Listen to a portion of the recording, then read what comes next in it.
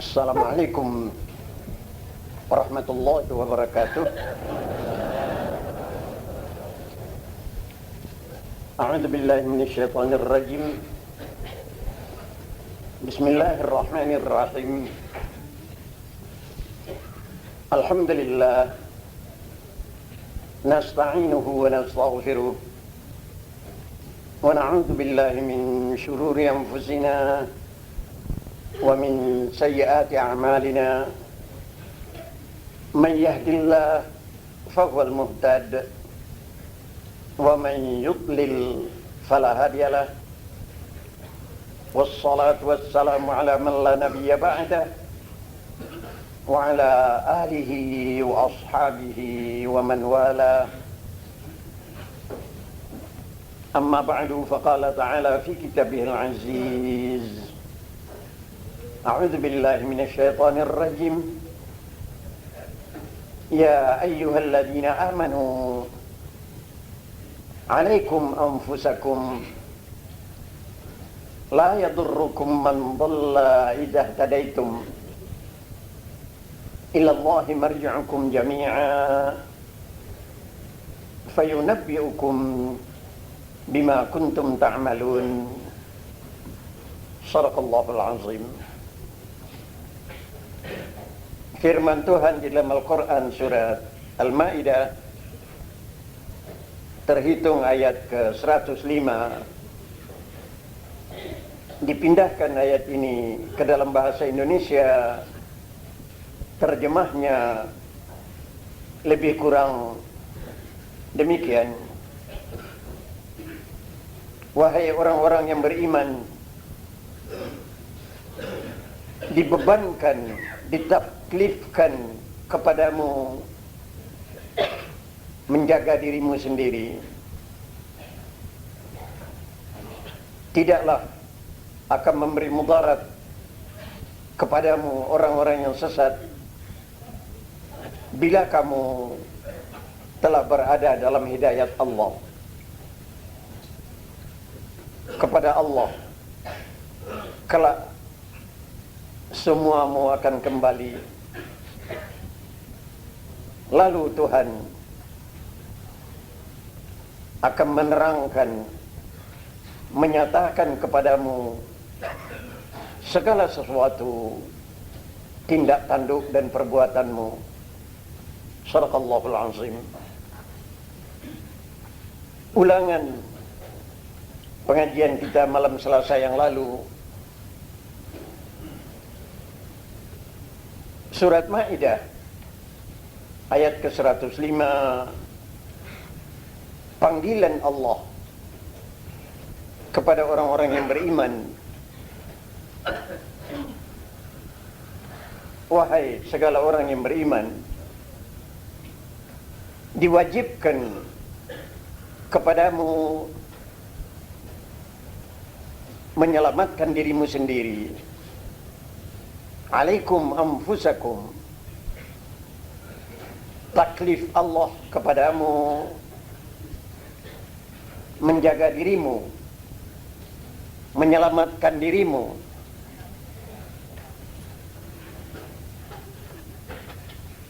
Ayat ini memberi isyarat kepada orang yang beriman tentang tanggung jawab terhadap diri sendiri. Alaikum anfusakum, kamu bertanggung jawab tentang dirimu. Wajib bagimu memusatkan perhatian, memusatkan kegiatanmu untuk menyelamatkan dirimu, memagar dirimu dari segala bahaya. Kamu tidak dapat memindahkan pertanggungan jawab ini kepada orang lain. Umpamanya kepada bapak ibumu, seolah-olah bapak ibumu yang bertanggung jawab tentang dirimu, atau keluargamu yang bertanggung jawab. Apa menteri agama yang bertanggung jawab? Karena dia menteri agama, lalu kalau kamu mau masuk neraka, kamu bilang sama malaikat, tangkap saja menteri agama itu. Kalau saya tidak salat subuh, dia yang salah. Atau kamu bebankan kepada presiden, dia yang kepala negara. Kalau saya jadi cilaka, minta saja pertanggungjawab kepada presiden atau kepada segala menteri-menteri pembantunya. Bolehkah kamu mengambil alasan yang demikian? Atau kamu bebankan kepada lurah, Pak Lurah, kepala RT, kepada RW? Nggak bisa. Kamu bertanggung jawab untuk dirimu. Kalau kamu tidak salat subuh, kamu yang akan ke neraka. Dan yang dikatanya Tuhan bukan tukang pukul beduk di masjid. Boleh jadi kamu mengatakan, saya tidak salat subuh kemarin itu karena beduk tidak bunyi.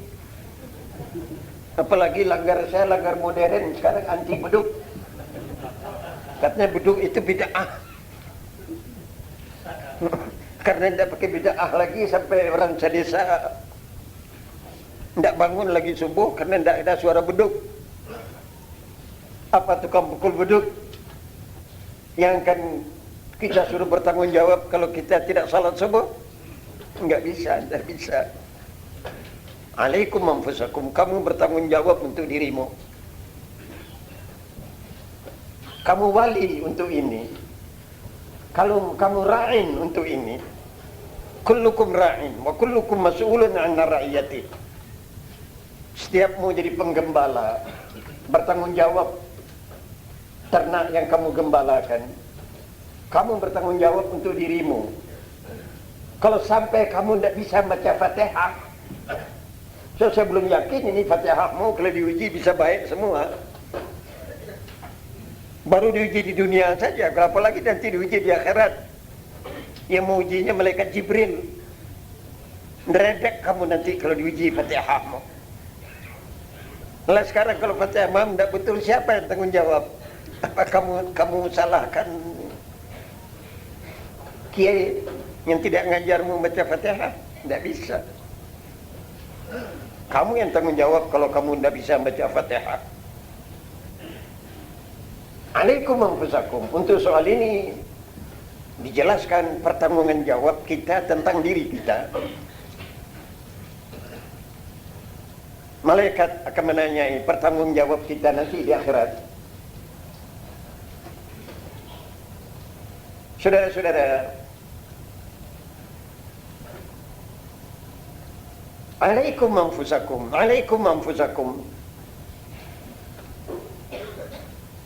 Pertanggungan jawab setiap diri atas hidupnya sendiri.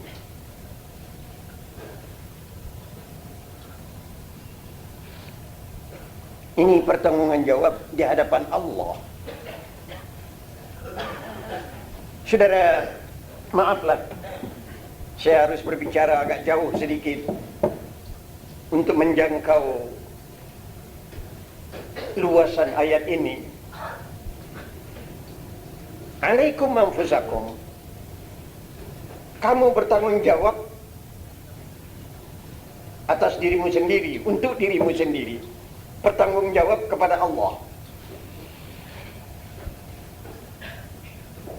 Setiap manusia untuk dapat bertanggung jawab tentang dirinya, Allah Subhanahu wa ta'ala memberi kita modal. Ibarat orang dagang, kita masuk ke pasar dengan modal. Kalau perdagangan kita jadi rugi, kita jadi bertanggung jawab. Modal sudah ada, pasar ada, barang yang kamu perjualbelikan ada, kok rugi?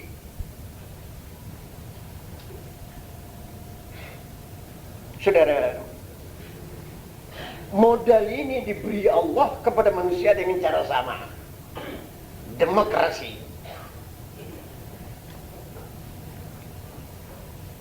Soeharto sebagai presiden mungkin hidup berbahagia. Saudara juga harus tahu, Soeharto yang kedua, Soeharto yang ketiga, berapa banyak Soeharto di Indonesia ini. Ini modal yang diberikan Allah kepada segala Soeharto, sami mawon. Sama saja. Ini yang Soeharto. Yang Soekarno, modal yang diberikan kepada Soekarno, kepada Soeharto, sami mawon. Lah kamu yang tidak Soeharto, yang tidak Soekarno, tidak ada Malik, tidak Umar, maknanya tidak wakil presiden, tidak wakil presiden. Apa untuk ada Malik itu modal diberi Allah untuk selamat lebih dari kamu? Tidak, sami mawon.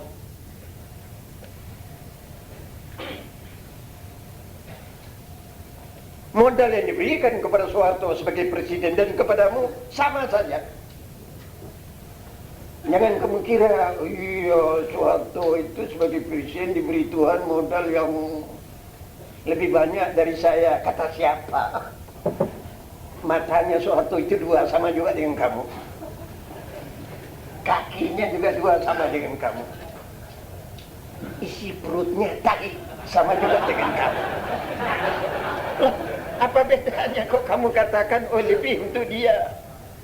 Hari ulang tahun nyonyanya menjadi hari ulang tahun ibu negara. Oh amma nyonya saya. Aku sudah keberatan tidak pakai hati ulang tahun. Itu hanya permainan. Harmoko sebagai menteri penerangan saja. Pada hakikatnya di muka Allah, segala manusia diberi Tuhan modal yang sama. Kesempatan untuk baik bagimu, kesempatan untuk baik bagi Menteri Agama. Jangan kamu kira ya untuk Menteri Agama jalan ke surga itu lebih pendek. Wah, bagi saya jalan ke surga agak jauh. Enggak. Sama saja. Untuk Menteri Agama, kesempatan ke surga. Untukmu, kesempatan ke surga, jaraknya itu sama. Dan kebetulan lagi, akhirnya,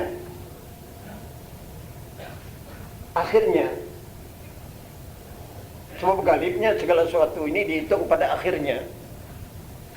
Kamu tahu, panasnya neraka untuk Menteri Agama dengan panas neraka untukmu sami mawon. Jangan kamu kira ya di sana portasenya lebih tinggi atau lebih rendah dari saya. Oh, aman saya neraka, saya kepanasan. Enggak, sama saja. Surga untukmu dengan surga untuk Menteri Agama tidak sama. Jadi akhir hidup kita sebagai manusia semuanya sama. Kenapa? Modal diberi Tuhan sama. Kamu tahu modalmu untuk hidup yang diberi Tuhan apa? Akal. Akal yang diberikan Tuhan kepadamu, akal yang diberikan Tuhan kepada Menteri Keuangan sama saja. Jangan kamu kira bahwa Menteri Keuangan itu akalnya lebih. Coba kamu tanyakan sama menteri itu 1 tambah 1 jadi berapa? Sama saja dengan kamu. Kamu 1 tambah 1 jadi berapa? Jangan kamu kira kalau Menteri Keuangan mengatakan 1 tambah 1 jadi 20. Tidak bisa. Strict dia kalau dia katakan 20. Akal yang diberikan Tuhan untuk Menteri Agama, akal yang diberikan untukmu sama. Kalau Menteri Agama berzina, Kalau kamu berzina, nerakanya sama. Sebaliknya, kalau kamu salat, Menteri Agama salat, surganya juga sama. Sebab itu pertanggungan jawab segala manusia di muka Allah sama. Ini demokrasi yang sebenar-benarnya demokrasi. Persamaan manusia di muka Allah dan persamaan ilmu, kemampuan yang diberikan Allah kepada manusia. Coba, tahukah kamu apa yang akan terjadi besok? Katakanlah diambil jam tentu 7 pagi besok, jam 7 pagi hari Selasa. Apa yang akan terjadi? Tahukah kamu? Jawabnya dengan pendek, saya tidak tahu. Apa presiden tahu apa yang akan terjadi jam 7 pagi besok? Tidak tahu. Apa menteri-menteri yang sebanyak itu tahu apa yang akan terjadi besok? Enggak tahu. Apa Pak Wali Kota tahu apa yang akan terjadi jam 7 pagi besok?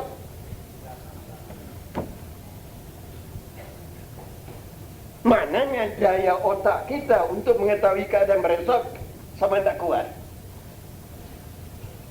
Dari itu kalau kamu besok sukses, orang lain besok gagal, karena kamu lebih pintar dari orang lain itu menentukan kerjamu.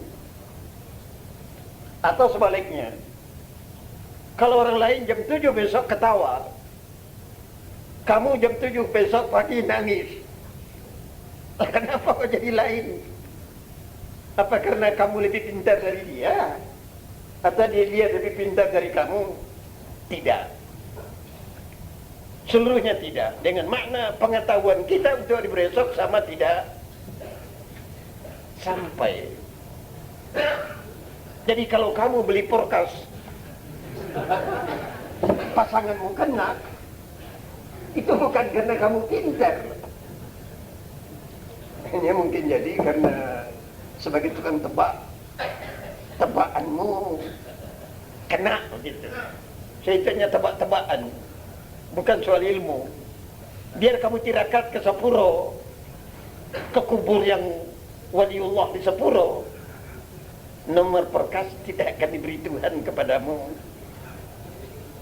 Sekalipun seluruh waliullah kamu datangi kuburnya. Kenapa? Karena ini barang gaib untuk besok. Untuk ini manusia bodohnya sama. Nah ini lagi, bodohnya manusia sama. Jangan kamu kira bahwa dukun itu lebih tahu dari kamu. Bodohmu lagi. Dukun itu dengan kamu tololnya sama.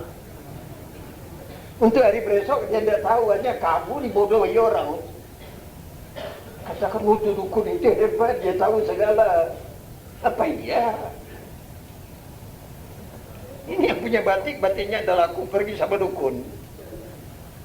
Apalagi ini yang wanita-wanita, suaminya tidak pulang-pulang. Sudah khawatir pergi, orang menasihati, pilih ke dukun biar suami mau pulang. Apa dukun itu ada pengetahuannya untuk memulangkan suamimu? Apalagi untuk cari kekayaan, untuk kamu minta kekayaan kepada dukun. Umumnya dukun itu lebih melarat dari kamu. Kalau dia tahu rahasianya uang, perlu apa dia jadi dukun? Dia buka bank saja di Pekalongan, atau dia pakai saja uangnya sendiri. Jadi saudara-saudara, kamu dengan dukun itu bodohnya sama, pintarnya juga sama. Maka dari itu kamu jangan mengira bahwa Tuhan ini tidak adil. Oh ya, si Anu itu gampang sekali cari rezeki. Kok saya agak angel sampai sekarang masih nganggur. Lah ini lain perkara, itu perkara Rezeki itu perkara lain itu. Jangan kamu kira orang yang kaya itu orang pintar. Umumnya orang kaya itu yang tidak pintar. Yang pintar itu pegawainya, yang pegang bukunya, yang jaga gudangnya, itu yang pintar. Yang si kaya itu kadang-kadang pemalas, bangun tinggi hari, nulis saja kadang-kadang tidak tahu, nulis dari kiri ke kanan tidak tahu, menandakan surat dari kanan ke kiri, huruf Arab. Lah, kenapa kaya?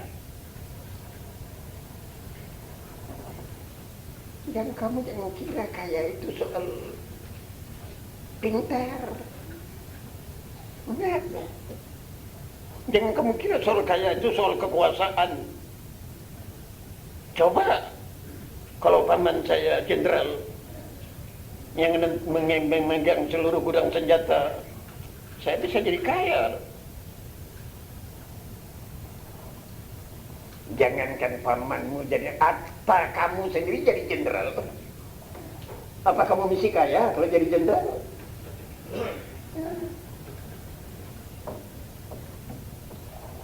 Orang yang mengira jadi jenderal itu kaya itu dugaan yang keliru. Saksinya, kamu tahu raja di hutan? Siapa namanya raja di hutan? Kalau kamu belum tahu, saya tunjuk ke raja hutan itu namanya singa. Singa itu dilengkapi dengan pangkat, dengan mahkota, dengan surat angkatan, pakai kuku, pakai taring, pakai ram, pakai sal lagi di lehernya. Tebal itu bulunya. Suaranya ya Allah. Kalau dia batuk, seluruh hutan gemetar. Apalagi kalau dia marah, meraung-raung ya begitu, seluruh hutan tidak bisa tidur. Raja hutan, semua takut sama dia. Pertanyaan, apa kamu kira raja hutan itu kaya?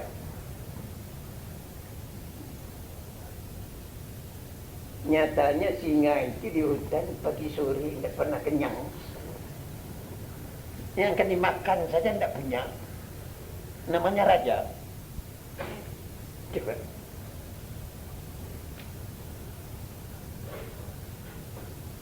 Ada rakyatnya tidak punya gigi, tidak punya taring, tidak punya suara, tidak punya alat di badannya. Rakyat di hutan, namanya kupu-kupu. Coba kamu bandingkan singa dengan kupu-kupu. Ini kupu-kupu tidak pernah lapar. Makannya pagi sore madu, air bunga. Rajanya di bawah nangis kelaparan. Cari sepotong daging saja pagi sampai sore tidak dapat. Pangkat raja tapi kelaparan. Rakyatnya di atas kepalanya namanya kupu-kupu, kelebihan makanan. Coba. Ini di hutan, apalagi di kota. Raja manusia ini dengan tukang copet saja, kadang-kadang tukang copet jadi kaya. Mau apa? Karena soal rezeki ini kismah, jatuh dari Tuhan, pemberian. Ada orang yang diberi Tuhan sadar kerja. Mau apa kamu kalau dia dapat bagian satu? Bangun pagi telat, keluar dari rumahnya telat, keluar rumah tidak ada kerja, baru mau cari kerja. Tapi 5 langkah dari pintunya kesandung dompet. Dia lihat kiri kanan tidak ada yang punya, aja penuh. Masukkan di saku, coba. Sandar kerja ada 4 dompet penuh.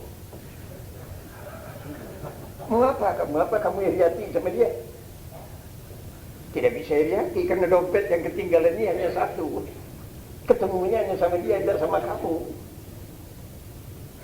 Ya? Mau diapakan dia yang dapat, dia yang nemu dompet. Termasuk nyonya. Banyak kamu iriati, aduh si anu nyonyanya kok manis. Kamu tidak tahu bahwa dia itu hanya nemu. Bukan karena dia berjuang, bukan karena dia pintar. Nemu. Nyonya. Kebetulan yang nemu ini karena pusing mencari, milih. Tidak berhasil milih, akhirnya dapat turahan. Turahan orang tapi nomor 1. Barangnya barang turahan. Dia sendiri menyesal, kok saya dapat turahan. Tapi orang lain yang tidak tahu iri hati. Waduh, potongan badannya begitu, kok istrinya kemanisan. Ini katanya orang yang tidak tahu. Maaf, saudara-saudara, saya katakan ini karena banyak di dunia ini orang mengatakan kata-kata saudara pengetahuan. Karenanya kita harus mengelakkan diri dari tidak tahu. Karena barang yang paling jelek di dunia ini tidak tahu. Kalau tidak tahu itu paling jelek, dalam kata-kata lain, tidak tahu itu sama dengan bodoh. Ya ayyuhalladzina amanu alaikum anfusakum. Wahai segala orang yang beriman, selamatkan dirimu. Kesatu, kamu harus menyelamatkan dirimu dari bodoh. Selamatkan dirimu dari bodoh. Al-jahlu zulam. Bodoh itu gelap. Bodoh itu gelap.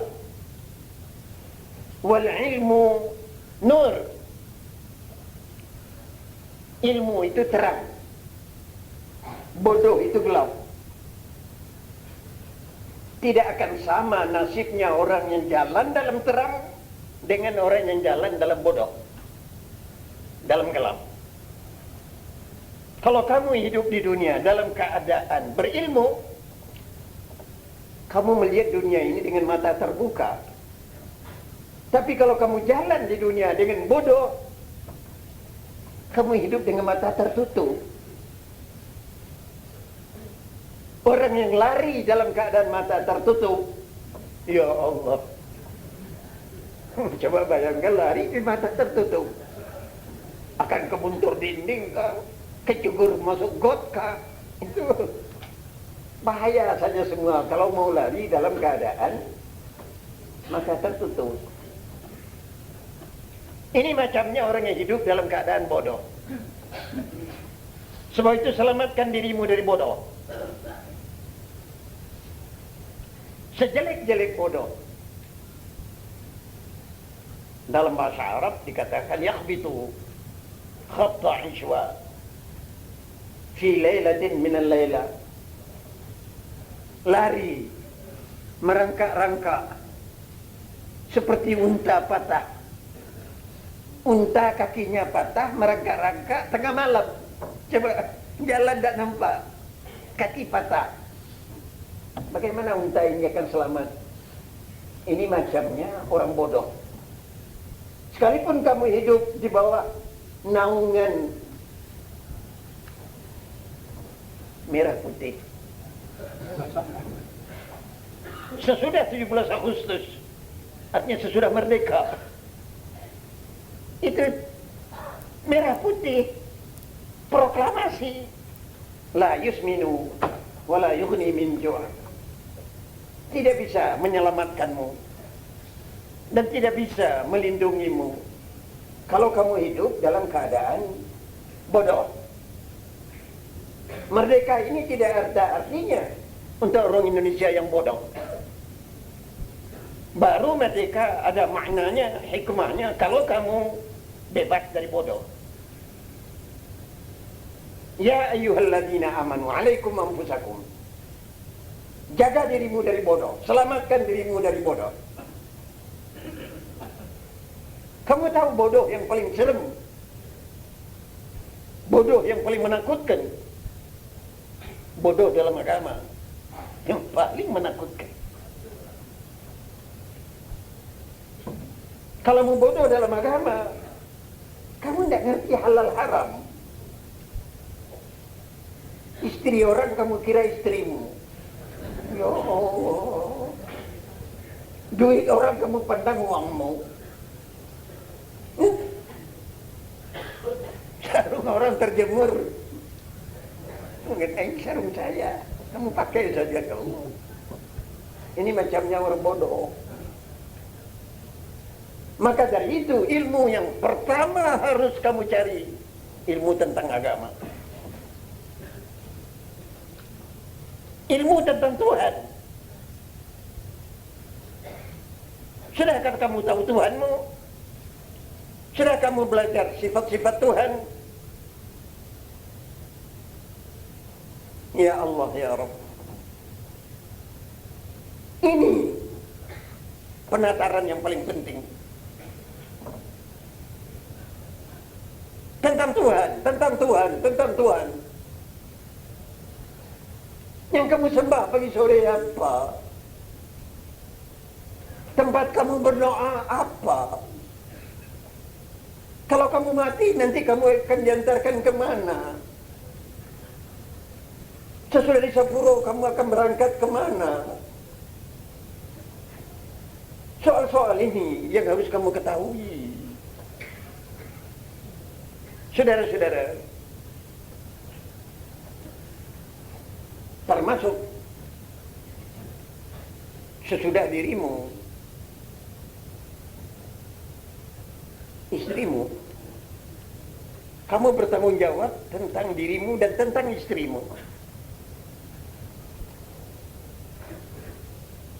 Jangan kamu saja pergi mengaji malam Selasa, istrimu bawa.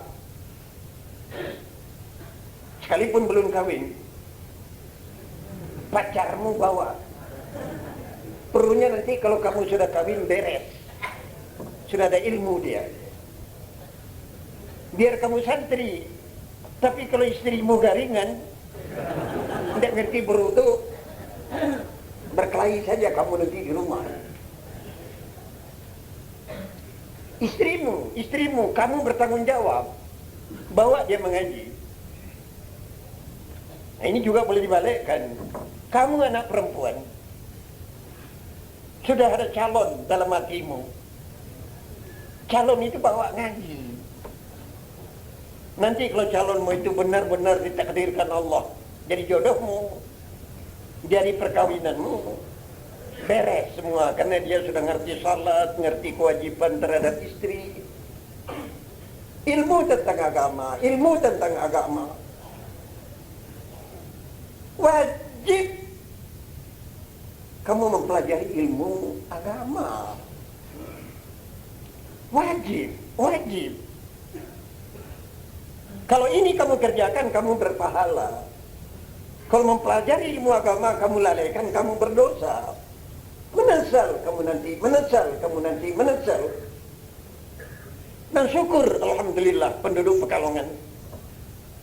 Karena di sini ada pengajian gratis. Sonder bayar. Tidak pakai karcis. Dan nama tidak dicatat. Tidak ada absensi les. Datang boleh, tidak datang juga boleh. Malah datang sambil ngantuk-ngantuk boleh. Ini untungnya, jangan kamu kira di seluruh kota ada pengajian semacam ini. Mumpung ini pengajian ada, kamu jangan sampai tidak datang. Jangan tidak ada, rugi kamu nanti, rugi kamu. Ini syukur kepada Allah. Bagaimanapun wirid pengajian ini kita pertahankan untuk syukur kepada Allah. Saya terpaksa membaca di sini. Saudara jangan kira ini pengetahuan, ini pengajian terjadinya nggak sekarang. Ini pengajian sudah lebih 60 tahun. 60 tahun. Barangkali bapakmu sama ibumu belum kawin dulu, di pengajian sudah ada. Kamu terang belum lahir. Ini pengajian sudah ada. Yang terang dari semenjak tahun 1932. 1932. Sekarang 87. Coba 87 dipotong 32. Ini sudah 55. Sudah setengah abad lebih. Ini yang jadi guru saya. Sebelum saya sudah pernah jadi guru di sini. Sultan Mansur Daud. Dari tahun 1914, permulaan Perang Dunia Pertama. Ini pengajian sudah ada malam Selasa ini. Ini sudah berjalan 70 tahun lebih. Saya baca ini supaya saudara tahu ini bini. Artinya barang yang kita jaga jangan sampai gagal di tengah jalan. Belum ada Republik Indonesia. Ini pengajian sudah ada. Masih Londo dulu yang punya negeri ini. Benderanya 3 warna. Merah, putih, biru. Berangkat merah, putih, biru. Ganti Hinomaru. Bur, matahari. Jepang. 3 tahun setengah ini pengajian tetap berjalan. Hinomaru berangkat, ganti demi warna. Dari tahun 45 sampai sekarang ini pengajian berjalan terus. Ini kurnia Allah. Kurnia Allah. Kok pengajian ini bisa berjalan terus? Saya tidak tahu mulai besok apa ini bisa berjalan terus. Allahumma ya Allah, mudah-mudahan berjalan terus dan lebih langgeng. Harapan. Tapi untuk ini saya sebagai guru untuk menyatakan syukur kepada Allah dan meminta supaya saudara-saudara menyertai kesyukuran ini. Sertailah di pengajian, sertailah. Saudara tidak rugi. Saudara tidak rugi. Oleh karena yang mengadakan pengajian ini bukan satu kumpulan. Saya bukan orang Muhammadiyah. Saya bukan orang NU. Saya bukan orang Partai Serikat Islam. Saya tidak turut partai Perti, juga tidak partai. Partai saya hanya Partai Ibadur Rahman, hamba Allah. Hamba Allah. Siapa yang bertuhan kepada Allah, mari sama-sama saya. Dan pengajian ini tidak ke kanan, tidak ke kiri. Ini saya ambil istilah Khomeini. Khomeini mengatakan saya tidak ke barat, tidak ke timur. Saya hanya di tengah-tengah dengan Islam. Pengajian ini juga begitu. Saya tidak partai kanan, tidak partai kiri. Tapi partai saya, Partai Ibadur Rahman. Kelompok hamba Allah. Siapa yang sama-sama bertuhan kepada Allah yang Rahman Rahim, mari sama-sama mengaji ini. Kalau saudara keberatan kepada pengajian ini, boleh pulang. Tidak apa-apa. Dan saudara tidak diminta ganti kerugian. Hanya kalau saudara menyertai ini pengajian, saudara menempatkan diri pada manusia-manusia yang mencari ridha Allah. Karena pengajian ini yang dituju mardatillah, keridhaan Allah, keridhaan Allah. Bukan keridhaan manusia, tapi keridhaan Allah. Yang diharapkan pada sore keampunan Allah. Karena kita terdiri dari manusia yang berbuat salah.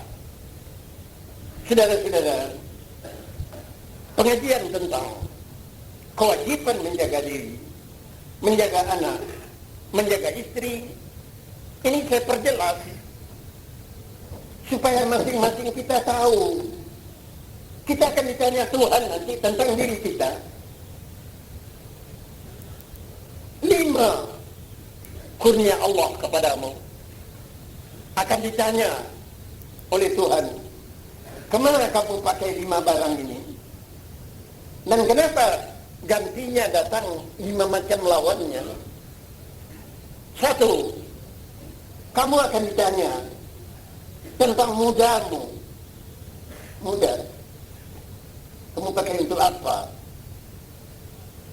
Kok sekarang jadi tua? Mudamu sebelum kamu tua.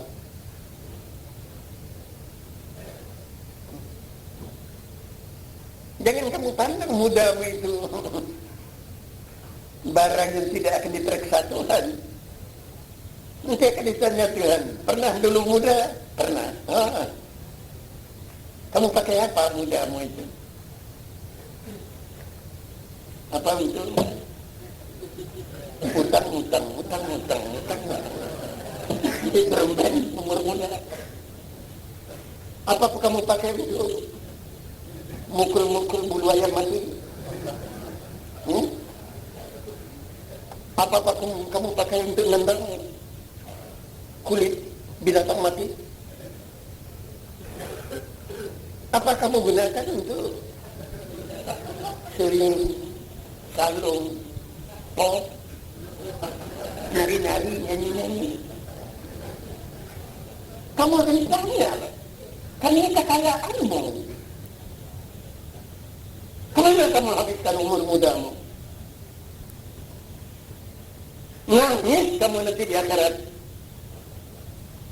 Muda saya buangkan dengan tidak ada asa, bekas apa-apa. Malah ada mudanya membawa dia ke neraka. Dan mudanya menghabiskan kesenangan. Baik.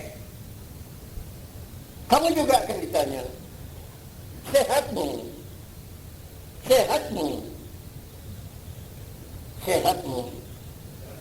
Sebelum kamu sakit, kemana kamu arahkan sehatmu? Mungkin kamu lupa ada satu mahkota di dunia ini. Mahkota itu terletak di kepala orang sehat. Tapi sayangnya melihat mahkota ini hanya orang sakit.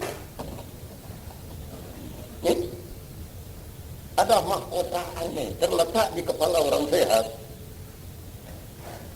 Orang sehat seluruh dunia tidak pernah melihat mahkota itu. Yang sehat sendiri yang memakai itu juga tidak pernah melihat. Yang melihat mahkota itu orang sakit. Aduh, senangnya dia sehat. Ini kata orang sakit yang sedang terbaring di rumah sakit. Dia melihatmu sehat. Tapi kamu sendiri tidak pernah syukur kepada Allah. Kamu sehat. Ini anehnya kurnia Allah sehat ini. Sehat itu mahkota terletak di badan orang yang sehat. Hanya sayang mahkota ini tidak kelihatan kecuali oleh orang sakit. Ini kalau yang hadir dalam pengajian ini sekian ratus, semua sehat, tidak ada yang ingat bahwa dia sehat. Tapi ada ahli pengajian yang malam ini tidak datang, terbaring di rumah sakit. Dia, aduh, saya belum selesai, tidak bisa bagi ke rumah sakit. Teman-teman saya nanti semua, dia yang melihat kamu pakai mahkota itu mahkota sehat. Baiklah. Di akhirat nanti kamu akan ditanya, sehat kamu pakai apa? Sehatmu itu kamu pakai untuk apa? Apa untuk berzina? Ya Allah. Jadi sehatmu yang membawa kamu ke neraka. Apa kamu pakai main fikir? Kamu habiskan jam sehatmu di meja judi. Apa kamu pakai sehatmu itu nari-nari, nyanyi-nyanyi, gambus-gambusan? Ya Allah. Yang muda-muda. Kenapa sehatmu kamu buang-buang? Coba kalau kamu sakit nanti baru nangis. No, sebuah dan tahu saya sehat. Buang-buang umur saya sekarang saya harus jalan pakai tongkat. Kaki sudah mati. Paru sudah asma. Kena TBC lagi. Allah. Ini macamnya kalau sudah sakit. Ini dua. Muda. Akan ditanya Tuhan, kamu pakai untuk apa? Sehat. Kamu pakai untuk apa? Sekarang yang ketiga,